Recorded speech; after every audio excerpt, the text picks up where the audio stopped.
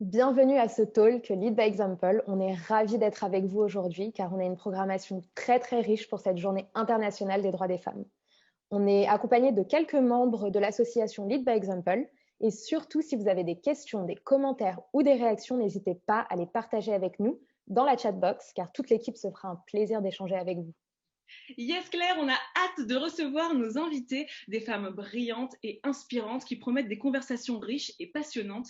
Voici donc les 3 thèmes que nous allons aborder dans quelques instants. On va commencer avec un sujet sérieux et primordial, la lutte contre les violences physiques, sexuelles et morales, avec Emanuela Todorova, entrepreneuse, leader engagée et présidente de l'association Dis bonjour sale pute. Ensuite, on abordera un autre thème, le droit à l'éducation et son importance pour le rôle de la femme dans la société, avec Ramata Diallo, consultante et professeure fashion business expert.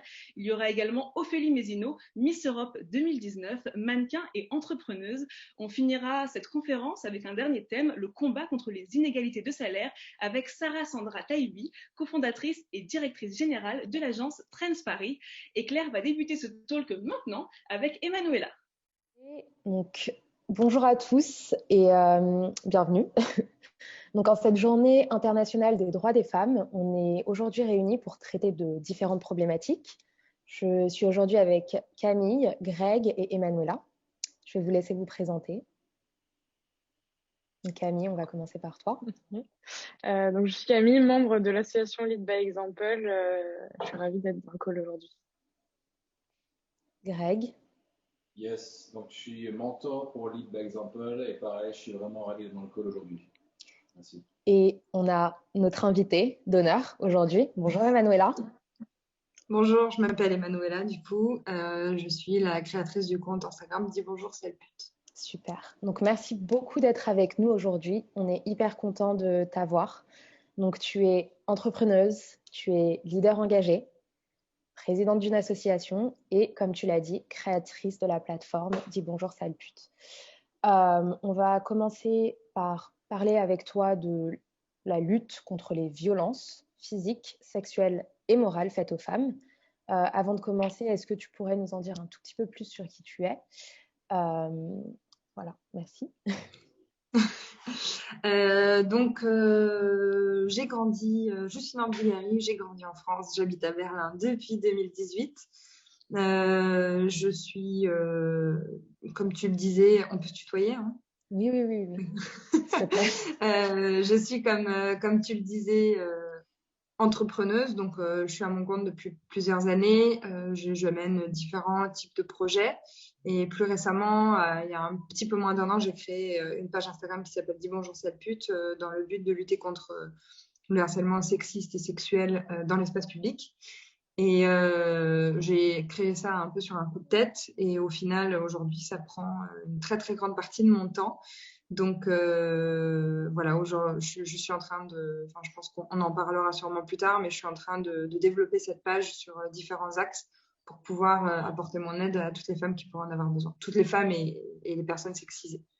Super, merci beaucoup. Donc je vais commencer par des chiffres que j'ai trouvés hyper alarmants. Donc dans le monde, aujourd'hui, il y a une femme sur 3 qui subit des actes de violence physique ou sexuelle à un moment donné dans sa vie. Que penses-tu que les ONG et les gouvernements devraient mettre en place pour faire face à ces violences? Je pense que ce qui est très très important, c'est de mettre en place des formations auprès de tous les organismes de santé, auprès des forces de l'ordre aussi, auprès de toutes les organisations sociales. C'est des personnes qui sont très très très régulièrement, voire quotidiennement en contact avec des victimes et qui pourraient, grâce à certaines formations, pouvoir les accompagner ou en tout cas les guider pour qu'elles puissent s'en sortir dans des situations, graves comme le harcèlement et les violences conjugales. Donc ouais, je pense que ça c'est vraiment la première chose à faire, c'est de mettre en place des formations en interne dans tous les organismes, d'ailleurs même dans toutes les entreprises en fait. Pour moi, ça devrait être normal quand tu intègres n'importe quelle entreprise d'avoir une formation, même si ça me semble logique de respecter les gens. le harcèlement moral au travail, le harcèlement sexuel, etc. Avec des chiffres, avec tout ce qu'on peut subir au quotidien, que ce soit au bureau ou à la maison. Et ça permettra déjà de pouvoir, ne serait-ce que poser une petite graine dans les cerveaux de tout le monde. Et puis après, en dehors de ça, évidemment, continuer toutes ces campagnes qui sont régulièrement mises en place par différentes associations comme la vôtre, comme l'ONU, comme nous toutes, comme énormément d'associations qui luttent au quotidien. Donc, je pense qu'il y a un très, très gros travail à mettre en place. Mais ça me semble tout à fait faisable parce que c'est abordable de parler avec des gens pour leur transmettre un savoir. Donc, j'espère que c'est des choses qui pourront être faites dans les prochaines années. Ouais, c'est sûr, c'est tellement important. D'après toi, du coup, c'est quoi l'élément le plus problématique par rapport à la lutte contre les violences faites aux femmes? Je pense qu'il y a une invisibilisation des violences faites aux femmes dans beaucoup de pays. Une banalisation de ce qui se passe, je sais pas, je dirais pas décrédibiliser, mais une silenciation, le fait de pas forcément prendre au sérieux, de pas croire les victimes, ça c'est un très très très très gros problème, de pas croire les victimes. Encore récemment, Patrick Poivre d'Arvor a été accusé, donc on a évidemment la team présomption d'innocence, et puis on a toutes les personnes qui sont victimes et qui n'ont pas la possibilité de pouvoir s'exprimer, qui n'ont pas forcément envie de s'exprimer médiatiquement, et puis on laisse ces personnes-là redorer leur image dans les médias. Et ça, c'est des choses qui, pour moi, ne devraient pas arriver, en fait. À la limite, s'il était là pour parler du bouquin de sa vie, ok. Ouais. Mais alors, je fais un focus sur ça parce que c'est l'actualité, mais évidemment, il y a beaucoup d'autres situations dans lesquelles on essaie de redorer l'image des agresseurs et on fait passer les victimes pour des menteurs, des menteuses. Pour des personnes qui sont à la recherche de gloire, d'argent, de reconnaissance sociale à travers des actes qu'elles ont subis. C'est des personnes qui sont agressées une deuxième fois, publiquement. Et ça, je pense que c'est un très, très gros problème. Donc, il y a la banalisation des actes, il y a le fait de ne pas croire les victimes, et il y a l'invisibilisation de ces violences. Par exemple, on va souvent dire que les personnes victimes de violences, c'est des personnes qui sont dans des banlieues, dans certains types de quartiers, que c'est des personnes qui font partie de classes sociales défavorisées, etc. Les violences, elles sont dans tous les milieux. Ouais. Elles sont, les agresseurs sont de toutes les ethnies, de toutes les classes sociales. Il n'y a pas une boîte dans laquelle il y a tous les méchants. Et puis, ils sont juste à un endroit. Donc, il y a aussi le fait de dire que c'est toujours les mêmes. Et au final, quand on a un Patrick Poivre d'Arvor qui est accusé ou n'importe quel autre type homme cisgenre blanc respecté, admiré par la population, reconnu pour ses films, Kikou, Polanski. Ouais.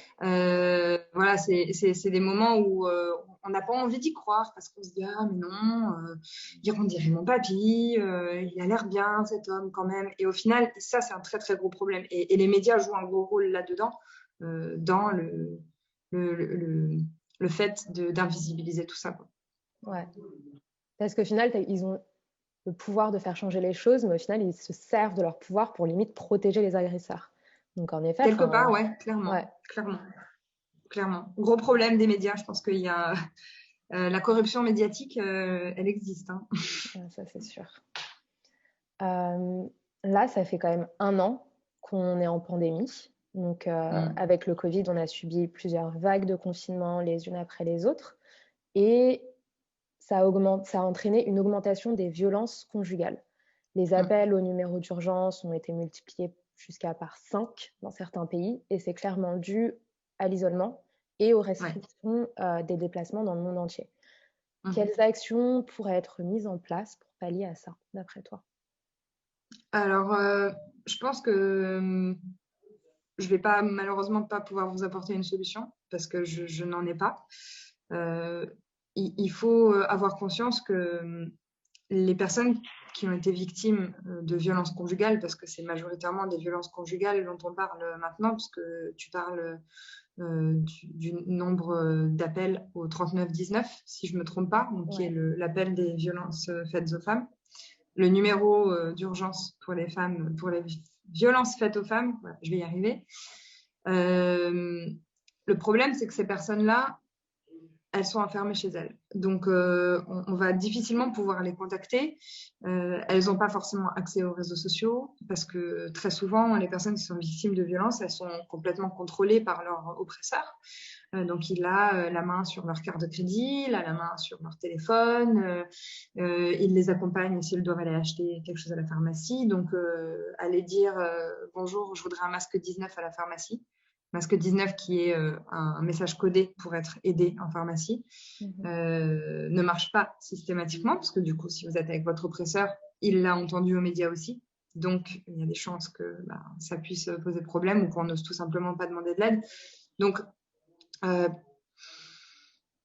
je sais pas si je peux apporter des solutions, mais potentiellement, les personnes qui sont, tout le monde, hein, au final, en confinement, à un moment, on va sortir, on va peut-être attraper le Covid et devoir aller acheter du Doliprane, ou alors aller consulter un médecin, ou alors on est une femme et on a nos règles, donc on va devoir aller acheter des protections hygiéniques, etc. Donc, il y a forcément un moment où on va éventuellement sortir. Le but, c'est qu'il y ait des campagnes dans la rue. Peut-être qu'il y ait des campagnes dans la rue pour sensibiliser les personnes, peut-être que dans les pharmacies, dans les supermarchés, il y a un point d'écoute. Alors, je sais que c'est une mobilisation humaine énorme, mais au final, il faut aller là où on peut potentiellement réussir à créer le contact avec ces personnes qui sont dans le besoin. Et c'est des endroits où ces personnes ne s'imagineront pas du tout qu'elles peuvent avoir de l'aide. Donc, au final, au rayon Tampax, je ne sais pas... Tampax, c'est une marque. Au rayon des tampons, pardon. Ouais, au rayon des tampons et des serviettes hygiéniques, pourquoi pas glisser entre chaque paquet. Je suis en train de donner une idée pour une association, hein, si jamais. Mais glisser des petits mots, si vous avez besoin d'aide, nous avons un point accueil à l'avant du magasin. Ou alors, vous pouvez demander Régis, ou non, plutôt une femme, Régina, au rayon fruits et légumes. C'est égal, mais je pense qu'il y a des choses qui peuvent être mises en place pour aller chercher le contact là où les victimes ne l'imagineront pas forcément. Après, il y a aussi le fait que la victime doit avoir envie de chercher de l'aide. Et ça, c'est encore un autre problème. Ouais. Mais ouais, pendant le confinement, je pense qu'il faut user de stratégies pour pouvoir rentrer en contact et interpeller les personnes qui ont besoin d'aide via des petites actions comme ça. Ouais. Du coup, là, par exemple, tu donnais une idée, ça pourrait être mis en place par une association, mais est-ce que tu penses que, par exemple, l'État pourrait aussi faire ce travail de sensibilisation via les médias, autrement que juste des messages télé, etc. Comment tu peux toucher les gens à la maison autre que par la télé, quoi? Il y a effectivement les réseaux sociaux. Où on peut interpeller. Il y a des publicités, pas de la publicité, mais des choses qu'on peut glisser dans les boîtes aux lettres. Ouais. Il y a les entrées, les halls d'immeubles ou les panneaux dans les rues, dans les rues où il y a des différentes habitations. Potentiellement, je ne sais pas si vous avez vu passer, Nous Toutes en ce moment est en train de faire une campagne pour rassembler un certain montant, je crois que c'est 500 000 €, pour faire imprimer le violentomètre sur des sacs à pain qui vont être ensuite utilisés dans les boulangeries de la France entière. Donc le violentomètre, pour celles et ceux qui ne connaissent pas, c'est comme une règle qui va du vert au rouge et en gros sur laquelle vous pouvez situer votre relation avec votre partenaire. Donc homme ou femme évidemment, et voir à partir de où est-ce que vous vous situez. Donc si vous êtes dans le vert, tout va bien. Si vous êtes dans le orange, il y a quelque chose qui commence c'est que c'est pas tout à fait normal. Et quand vous passez dans la partie plus rouge, là effectivement vous pouvez éventuellement vous rendre compte que vous êtes victime de violence, parce que les victimes se rendent pas forcément toujours compte de ce qu'elles subissent. Elles minimisent aussi souvent ce qu'elles subissent parce que je sais pas pourquoi. Je ne suis pas dans cette situation. Mais en tout cas, typiquement, cette action, elle pourra permettre de toucher plus de monde. Et la personne qui va aller acheter la baguette de pain et qui va tomber sur ce violentomètre qu'il n'a jamais vu, elle va le lire, elle va se dire « Ah, mais c'est bizarre, je suis dans l'orange. Putain, je ne m'étais jamais rendu compte. » Ouais. Ou typiquement, ça va tomber dans les mains d'un adolescent ou d'une adolescente qui va se dire ah ouais mais attends mais à la maison c'est comme ça mais c'est pas normal. Et en fait ça va peut-être pouvoir permettre de toucher pas que les victimes mais de toucher des personnes qui vont pouvoir aider certaines victimes à se sortir d'une situation critique. J'aimerais vous dire que ça pourrait faire en sorte que les oppresseurs se rendent compte que ce sont des oppresseurs et qu'ils devraient arrêter d'agresser. Ce serait utopique, mais qui sait, peut-être que ça peut arriver un jour. Je suis optimiste dans la vie. Donc ça, c'est des choses qui peuvent arriver. Par exemple, le commerce de proximité en France, je pense que une très très grande partie des Français vont acheter du pain au moins une fois par semaine. Donc c'est une très très bonne initiative. Et effectivement, si on peut faire plus de campagnes à la télé, c'est une bonne chose. Glisser des informations dans les boîtes aux lettres. Pourquoi pas, au lieu d'avoir les témoins de Jéhovah, avoir des gens qui vont toquer à vos portes en disant voilà, bonjour, est-ce que ça va? Ouais. Ça va? Ouais, non, Vous allez bien? Ouais. c'est Ça hyper va? Vous important. avez besoin d'aide? Est-ce que vous êtes seul? Mais évidemment, c'est des humains et c'est des moyens énormes à mettre en place, mais ça peut porter ses fruits. Ça peut aussi, parce qu'on peut arriver à un moment où la victime dans son regard, va faire comprendre à la personne, ok, là, ça va pas. Oui, oui, ça va pas, ça va très bien. Et tu vois, il y a des choses qui peuvent se passer comme ça, mais il faut que le gouvernement mette du budget là-dedans. Pour recruter des gens qui peuvent faire ce métier, quoi. Et je pense que ça pourrait vraiment faire avancer les choses. C'est un très, très, très bon point. Je vais parler de ta plateforme maintenant. Donc, il y a quelques mois, tu as créé la plateforme Dis bonjour sale pute. Est-ce que tu pourrais nous en dire plus et qu'est-ce qui t'a poussé au final à créer cette plateforme? Donc, Dis bonjour sale pute, que je vais raccourcir en DBSP pour éviter de me répéter. Et que ce soit trop agressif à l'oreille. Donc DBSP, c'est un compte Instagram que j'ai créé le 10 juillet 2020, le lendemain d'un harcèlement de rue, un énième harcèlement de rue que j'ai subi en attendant ma maman à la gare, où un type est vraiment juste venu me saouler pour essayer de rentrer en contact avec moi malgré mon refus assez explicite. Mes refus assez explicites. Et il a fini par me traiter de sale pute. Probablement parce que ma tenue ne lui convenait pas, ou en tout cas que si je suis habillée comme ça, je devrais quand même répondre à sa drague. Hein, sa drague. Ouais. Et bref, du coup, je me suis énervée. Je lui ai crié dessus en lui disant que c'est pas comme ça qu'on parle aux femmes et que je m'habille comme je veux et que je pourrais être en maillot de bain dans la rue et c'est pas une invitation pour venir me parler. Et je suis montée dans la voiture excédée et j'étais en ligne avec un pote à ce moment-là. Et il me dit, mais il faut que tu rencontres ma fille. Elle a 18 ans, elle est serveuse, elle fait emmerder tous les jours. Il faut que tu rencontres ma fille, il faut que tu parles avec elle. Donc je lui dis, ouais, ça marche. Donc je raccroche et je raccroche. Personne ne raccroche comme ça en 2021. Mais c'est pas grave. Raccroches. Je raccroche. Et là, ma mère me dit, non, mais tu sais, Amy, tu devrais pas t'énerver comme ça. Calme-toi. Voilà, j'ai été victime d'une tentative de viol en 2012 et depuis ce jour-là, ma maman a très très très peur aussi pour moi vu qu'elle a vu l'impact que ça a eu dans ma vie et elle voudrait que j'évite au maximum de rentrer en contact avec des hommes qui peuvent m'emmerder dans la rue. Ce que j'ai fait pendant très longtemps parce que j'étais complètement traumatisée d'ailleurs après cet épisode en 2012. Bref, du coup, ce jour-là, je rentre chez mes parents et là, il y avait ma soeur et ma cousine qui étaient là et j'étais encore énervée et je leur en parle et les deux, elles me tiennent le même discours que ma mère. Oh, ça va, tu devrais vraiment pas t'énerver. De toute façon, on sait tous que c'est des moins que rien, pour rester poli. Ouais. Et c'est pas la peine de leur parler parce que tu changeras rien.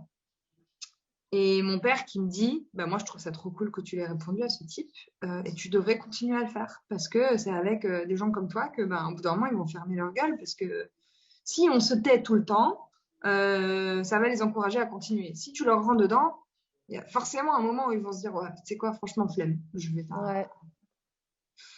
Encore une fois, c'est utopique de se dire que ça va changer les choses, mais bref. Et donc j'en parle sur mon compte Instagram.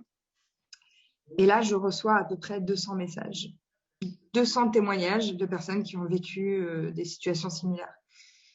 Et c'était violent à encaisser. Alors déjà, j'avais eu mon propre harcèlement du jour même, plus tous ces témoignages que j'avais pas demandé. Hein. Genre, à aucun moment, j'ai dit « Et vous, est-ce que vous avez… » Non, genre, très naturellement, les personnes m'ont envoyé leur message et ça a été vraiment OK. Et j'ai senti la détresse dans beaucoup de messages. Je me suis dit « Mais que faire ?» Déjà, je ne pouvais pas répondre à chaque personne parce que je n'ai pas la réponse pour tout. Je ne savais pas comment gérer ces situations. Et je me suis couchée et puis le lendemain, je me suis réveillée. Je me suis dit, OK, j'avais encore reçu des messages pendant la nuit. Et je me suis dit, OK, bon, je vais les mettre quelque part, mais pas sur mon compte parce que ça n'a pas sa place sur mon compte. Ouais. Et je me suis dit, bon, ben, je vais créer un compte Instagram et je vais balancer. De toute façon, il y a des comptes déjà comme SPM ta mère ou Amour solitaire qui font des repartages de messages. Je me suis dit, bon, ça existe déjà. Je vais le faire et puis je le laisse vivre. Ouais. Et donc, j'ai créé le compte et j'ai fermé Instagram et je suis allée faire ma journée en famille. Et le soir, j'ai plus de 1000 abonnés. Je me suis dit, qu'est-ce qui se passe? 10 000 abonnés en une semaine, 100 000 abonnés en 6 mois. J'ai été complètement dépassée en fait par tout ça. Et en fait, ce qui s'est passé, c'est que les médias ont directement probablement accroché sur le nom. Ouais. Ah non, clic à pute, comme ils aiment l'appeler. Ils ont accroché sur le nom et puis au final, ils ont aussi été... tous les journalistes avec qui j'ai parlé au mois de juillet et d'août ont été choqués par les messages que je recevais parce qu'ils disaient « Mais vous en recevez combien ?»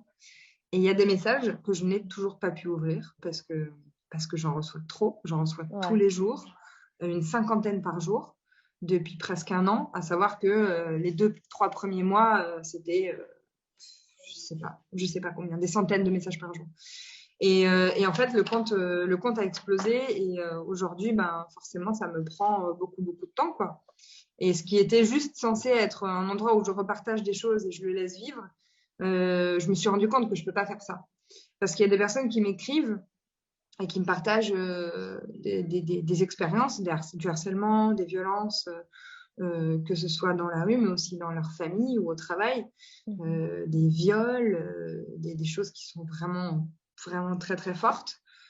Au final, une main aux fesses peut être tout aussi traumatisante qu'une autre agression. Je ne suis pas du tout en train de minimiser des faits, au contraire. Et en fait, je me suis rendu compte que je ne pouvais pas juste laisser vivre le compte. Ces personnes-là, elles avaient très souvent besoin que je leur réponde. Ouais. Elles avaient besoin de comprendre pourquoi ça m'arrive. Elles avaient besoin de déculpabiliser. Mais c'est parce que j'ai mis une jupe que ça m'est arrivé. Non, ce n'est pas de ta faute. C'est pas parce que tu as mis une jupe, c'est parce que le cerveau de cette personne est déréglé. C'est pas la même chose. Oui, mais c'est peut-être parce que au début de la soirée, je lui ai fait comprendre qu'il me plaisait et que du coup, il s'est dit que c'était ouvert et qu'il m'a forcé à coucher avec lui. Non. Si au moment où vous êtes rentré dans une phase un peu plus intime et que tu lui as dit non et qu'il a continué, ce n'est pas de ta faute. Tu as le droit d'être attiré par quelqu'un, de rentrer dans un jeu de séduction et de poser tes limites, etc., etc. Et en fait, quasiment tous les messages que je recevais, c'était des messages où on me disait oui, j'en ai jamais parlé à personne, j'ai jamais osé le partager. Et je me suis dit, mais je peux pas juste dire ouais, ok, ça marche, je partage. C'est quand même quelque chose de fort. Et en fait, aujourd'hui, bah, c'est devenu une priorité dans ma vie parce que je peux pas juste ouvrir un message et ne pas y répondre. Et quand ça m'arrive, je culpabilise de ouf parce que ça peut m'arriver d'ouvrir un message et j'ai autre chose à faire d'un coup et puis je réponds pas au message et la victime, elle voit juste un pauvre vu. Ouais. Et j'ai pas répondu et voilà, donc c'est pas forcément évident tous les jours, mais je suis en train, justement, comme tu le disais tout à l'heure, j'ai monté la plateforme et je suis en train de monter une équipe aussi pour pouvoir être plus réactive dans les messages. Non, ouais, c'est top. Parce que, au final, c'est quand même des témoignages qui sont hyper crus et bruts. Donc, même pour toi, je pense que c'est important que tu aies aussi du soutien autour de toi pour t'aider à répondre à ces gens qui, au final, comme tu le disais, ont besoin d'une réponse. Clairement. Et du coup, je pense qu'il y a beaucoup de gens, en fait, qui ne réalisent pas les conséquences de ces violences faites aux femmes et aux filles. Est-ce que tu pourrais, du coup, nous en parler un peu ? Bah, en fait, il faut savoir que n'importe quelle violence entraîne un stress entraîne un choc, entraîne un traumatisme. Une main aux fesses dans la rue, ça peut créer un changement total de personnalité. C'est-à-dire que si le jour où tu te fais agresser et que tu portes, je sais pas, ton jean Levi's préféré qui te fait un cul de ouf et tu l'adores ce jean, et ce jour-là, on te met une main aux fesses, potentiellement tu remettras peut-être plus jamais ce jean en fait. Ouais. Et puis tu repasseras plus par cette rue, et puis tu vas commencer à mettre des baggies, et puis tu vas te cacher sous ta capuche. Et donc, tu ne seras plus la personne que tu es parce qu'on t'aura enlevé ta liberté d'être qui tu es. Ça, c'est un traumatisme déjà sur ta liberté d'être toi-même. Il y a d'autres traumatismes, hein. Par exemple, si on parle du viol conjugal, qui est une chose qui est très difficilement reconnue, les personnes qui sont victimes de viol conjugal, très souvent, elles ont du mal à refaire confiance dans une autre relation, où elles s'enferment dans une bulle, elles ne ressentent plus de désir, elles pensent que le sexe c'est forcément forcé, etc. Donc ça crée des traumatismes au niveau sexuel aussi, et au niveau de ça crée des blocages physiques aussi, où ton corps n'accepte plus en fait d'avoir un rapport sexuel. Les violences conjugales ont évidemment des impacts aussi. Je ne vais pas parler des impacts physiques parce que on sait très bien ce que ça entraîne de subir un coup physique, mais effectivement les victimes vont subir énormément de traumatismes qui vont être le renfermement sur soi, la perte de la confiance en soi, la peur constante, la perte de confiance envers les autres, etc., etc. Et évidemment, il y a des centaines et des centaines de façons d'être traumatisé après une agression, donc je ne peux pas les énumérer parce que je pense qu'il y en a même que je ne connais pas. Mais c'est des traumatismes sur le long terme, où après, on doit être accompagné psychologiquement par quelqu'un. C'est mieux. Après, il y a beaucoup de gens qui ne le font pas, mais c'est mieux aussi de pouvoir être accompagné. Mais voilà, c'est pas forcément non plus à la portée de tout le monde. Donc, c'est vraiment une restriction de nos libertés et une restriction d'être qui on veut et de vivre sa vie pleinement, quoi, en dehors de toutes les autres choses que ça peut entraîner. Ouais, c'est sûr. C'est un peu fouillis, je suis désolée. Non, t'inquiète, c'est hyper clair. Merci beaucoup. Oui. Je voulais parler de ton livre qui sort en juin 2021. J'aimerais bien que tu nous en dises un peu plus, que tu nous dises c'est quoi le message que tu souhaites faire passer avec ce livre. Vas-y. Donc, effectivement, j'ai été approchée au mois de septembre par des maisons d'édition pour écrire un livre. Encore un truc qui m'est un peu tombé dessus du jour au lendemain. Et franchement, je me suis dit, mais c'est moi que vous parlez, moi je dois écrire un livre. J'ai créé un compte Instagram il y a 4 mois et même pas. Et au début, je me suis dit, ouais, non, je vais pas faire ça. Je suis pas légitime. Et après, je me suis dit, et pourquoi je serais pas légitime, en fait? Et pourquoi je ferais pas ce livre? Parce qu'au final, c'est pas le livre où je raconte ma vie, c'est pas un livre axé sur moi, c'est vraiment un livre que j'ai construit au travers de tout ce que j'ai vécu via le compte Instagram des BSP. Et en gros, ce livre a pour but d'être pédagogique et pas moralisateur.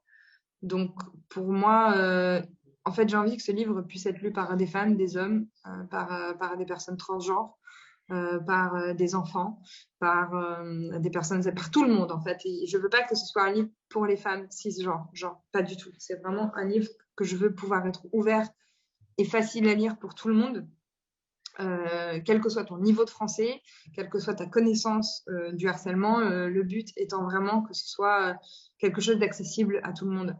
Et donc, j'ai décidé de sectionner le livre en 3 parties.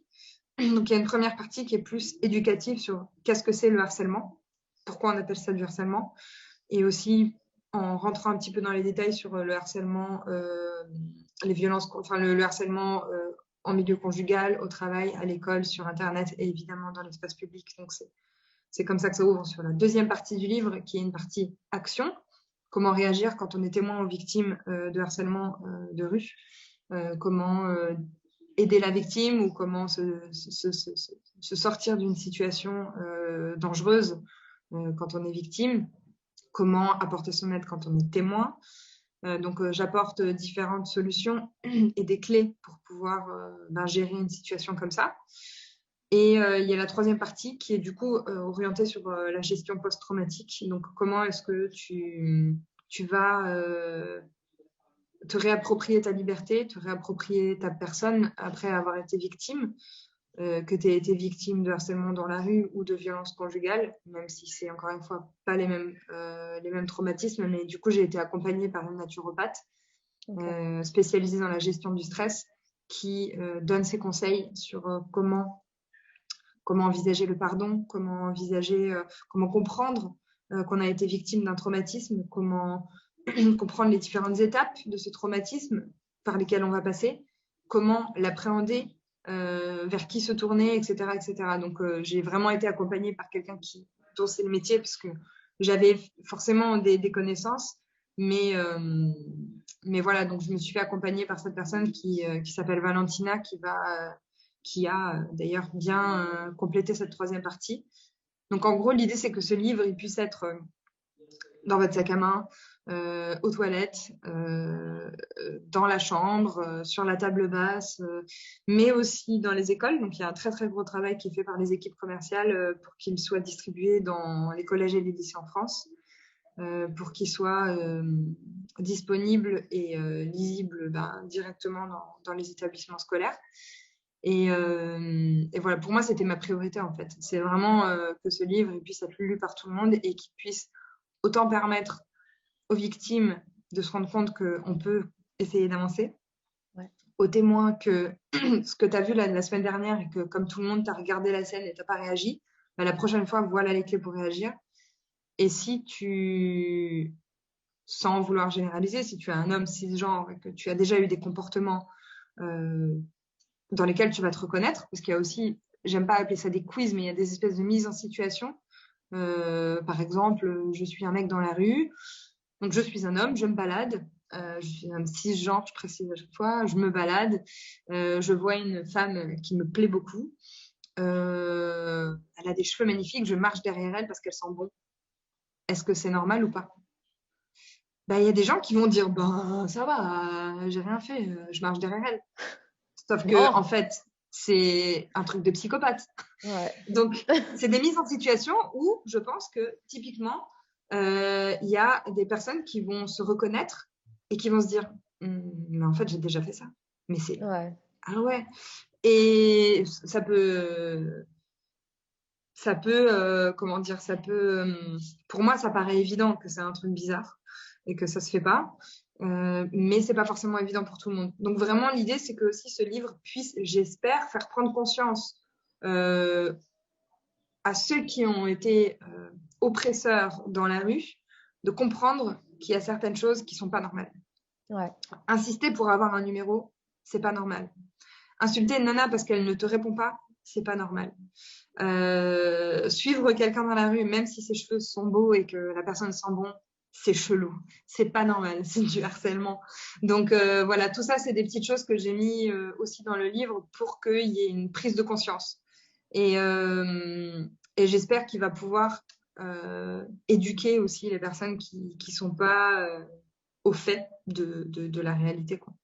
Ouais. Donc un livre éducatif qui va aussi aider les victimes à aller de l'avant au final et inclusif. C'est top. Oui, exactement. Et le but n'est pas non plus de dire en préambule, tous les hommes sont des violeurs, toutes les femmes sont des victimes. Ça, c'est vraiment un message auquel je tiens. Je sais qu'il y a beaucoup de féministes qui pensent qu'on ne peut pas être un homme féministe.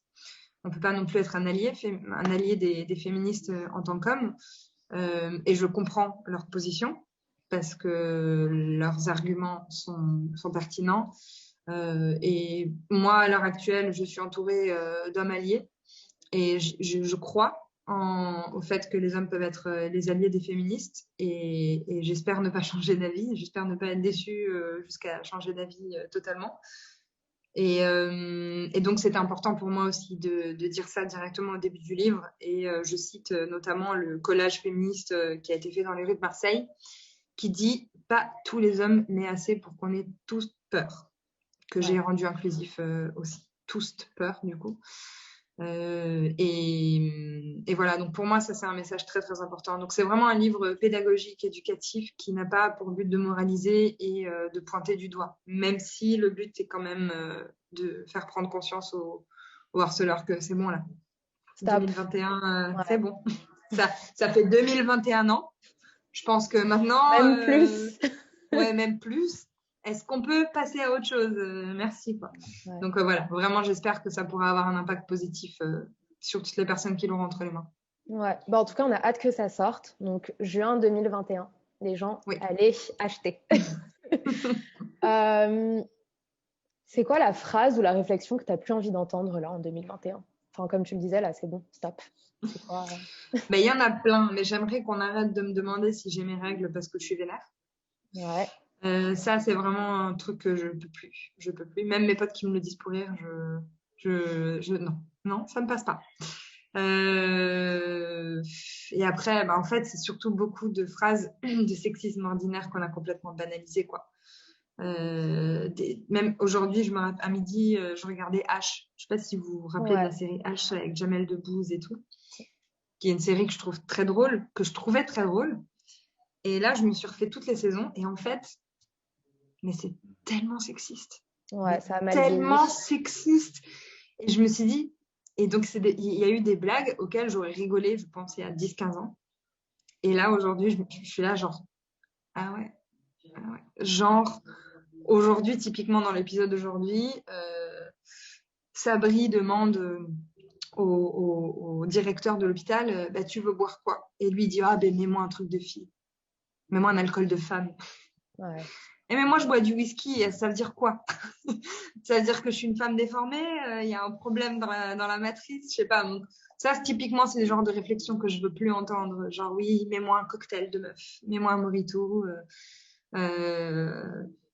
Donc, voilà, genre, faudrait qu'on normalise que les mecs ont le droit de boire du Cosmo et que nous, on a le droit de s'enfiler 5 Jägerbomb sans être jugés.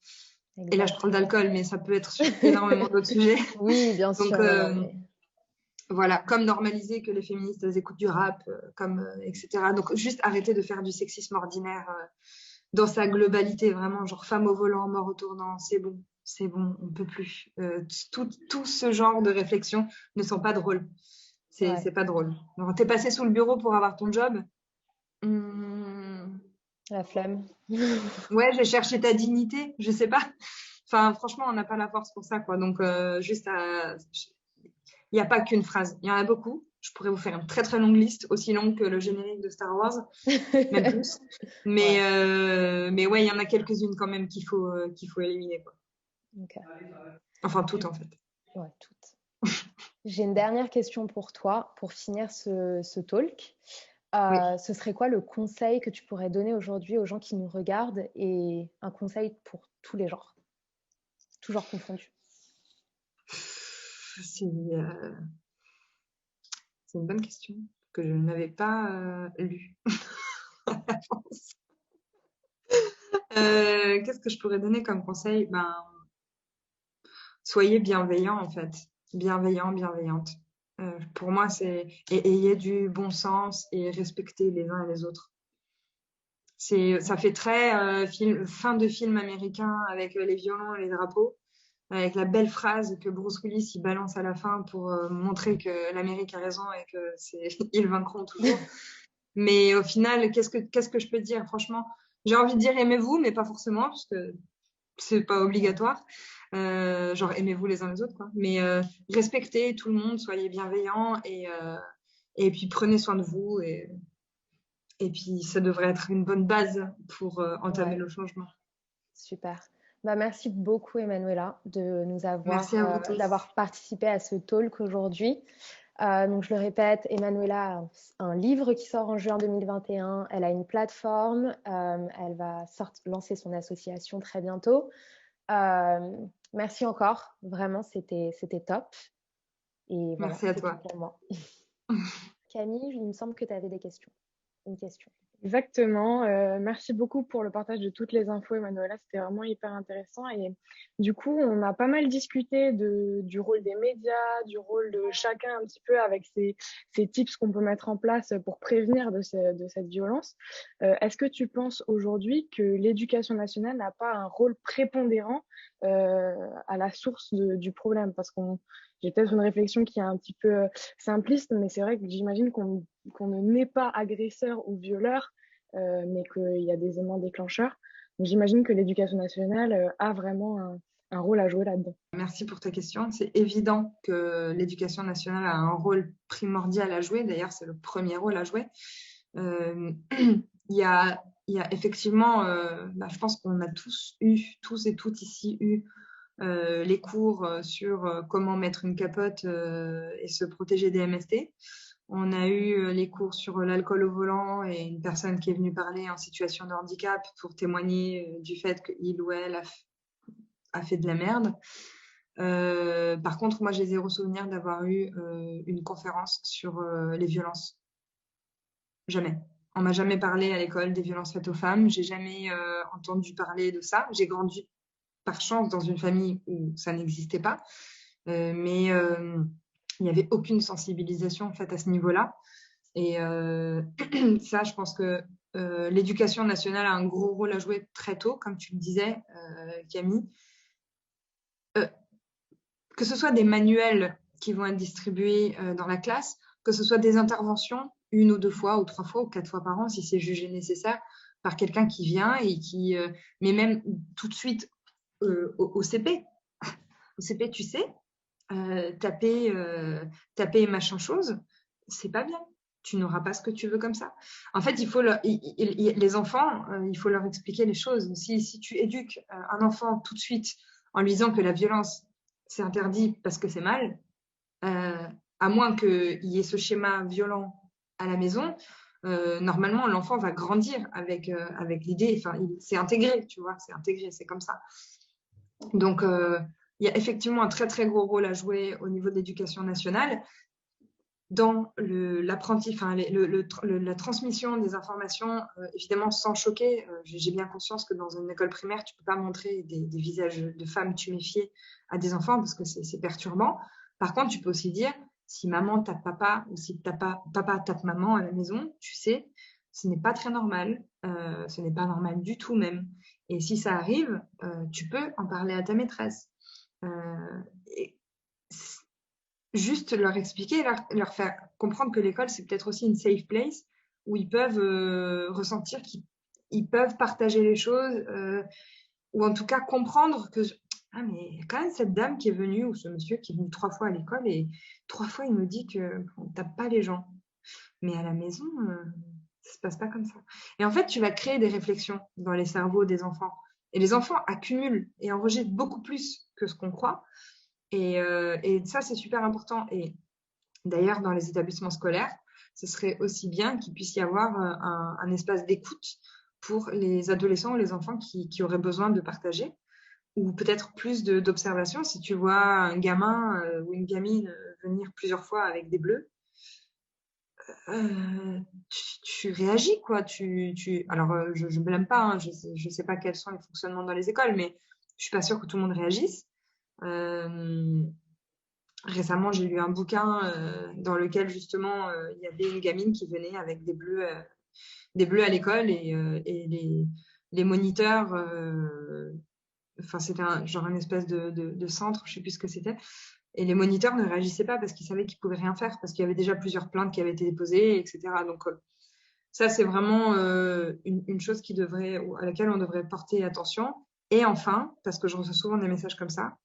Il y a des professeurs qui font des blagues de merde auprès des élèves et ces professeurs devraient être suspendus en fait.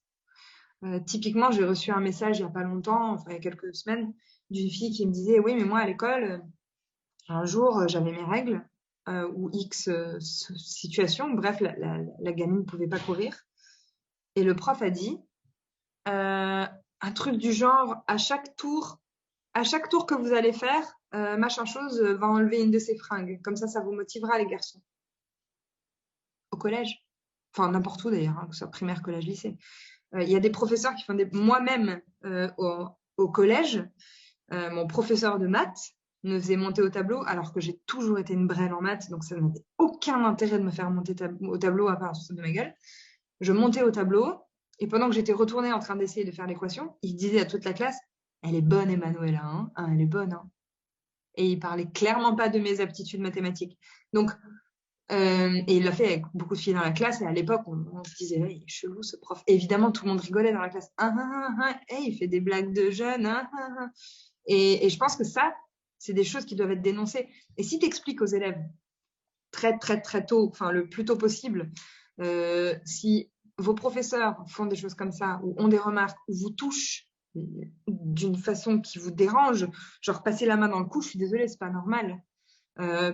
Il y a des gestes qui sont pas normaux, tu touches pas les gens.